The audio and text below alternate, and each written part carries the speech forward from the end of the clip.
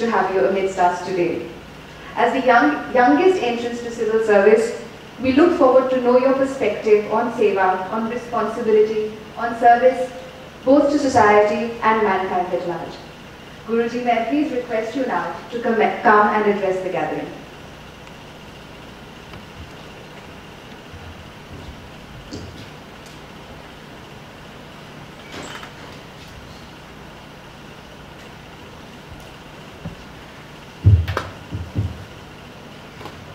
Good evening everyone. How are you all doing?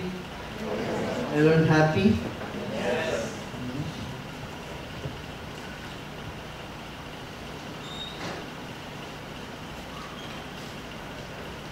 Well, you know, it's said the first sign of intelligence is not to speak. The second sign of intelligence is not to speak if a question is not asked. So we lost the first one anyway. At least you would like to keep the second one. You will see in this country, in India, all the scriptures are in the form of question and answer. Bhagavad Gita, someone asks a question, Dhritarashtra asks a question, and then the Gita begins. All the Purana, Shuka, Shaunaka, they gather and they ask the question, and Sutta gives the whole talk. All the Granthas, they begin with question and answer. So, let me see what would interest you, what you would like to hear. Though time is very short because I have to rush to the public program, I would have preferred another time where I could spend at least half an hour, 45 minutes with you.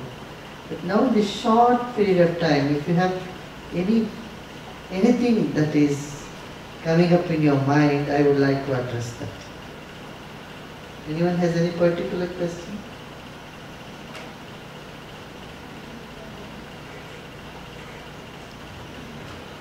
Yeah?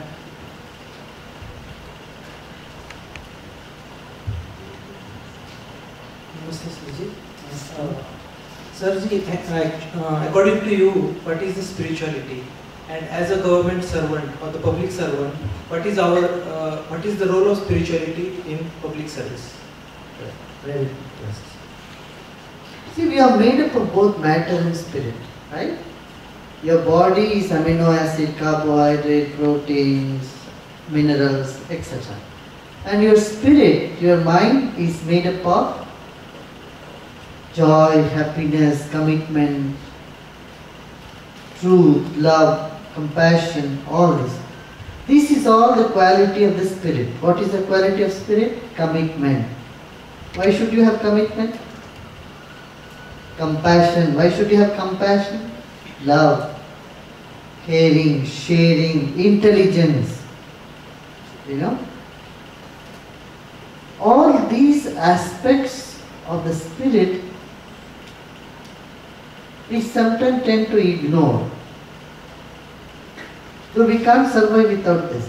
Anything that would enhance these qualities, anything that would enhance the joy in you, peace in you, commitment in you, integrity in you, I would call spirituality.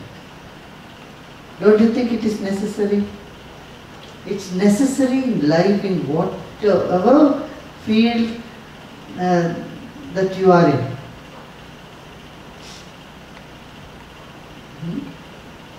In home front, in the workplace, in social life, everywhere you need integrity, don't you need? Everywhere you need intelligence, sharpness of intellect. Now in India, fortunately we are blessed with this technique of pranayama, yoga, meditation. All this would help in developing our personality. A fear-free mind. What does this do? Disease-free body, violence-free society, disease-free body, confusion-free mind, inhibition-free intellect, trauma-free memory, sorrow-free soul. Don't we want this? You don't need this. Today, world over, they are talking about GDH. Have you heard about it? Have you heard about GDH? Not GDP. GDH means gross domestic happiness. It's not enough you have money, but you should have happiness to enjoy that money. You may have money, but if you are depressed, that money has no value. You have money, but you have diabetes, you can't enjoy it. Right? So happiness is an important factor, and spirituality is that which brings in happiness, genuine happiness. It makes you authentic, deep from inside.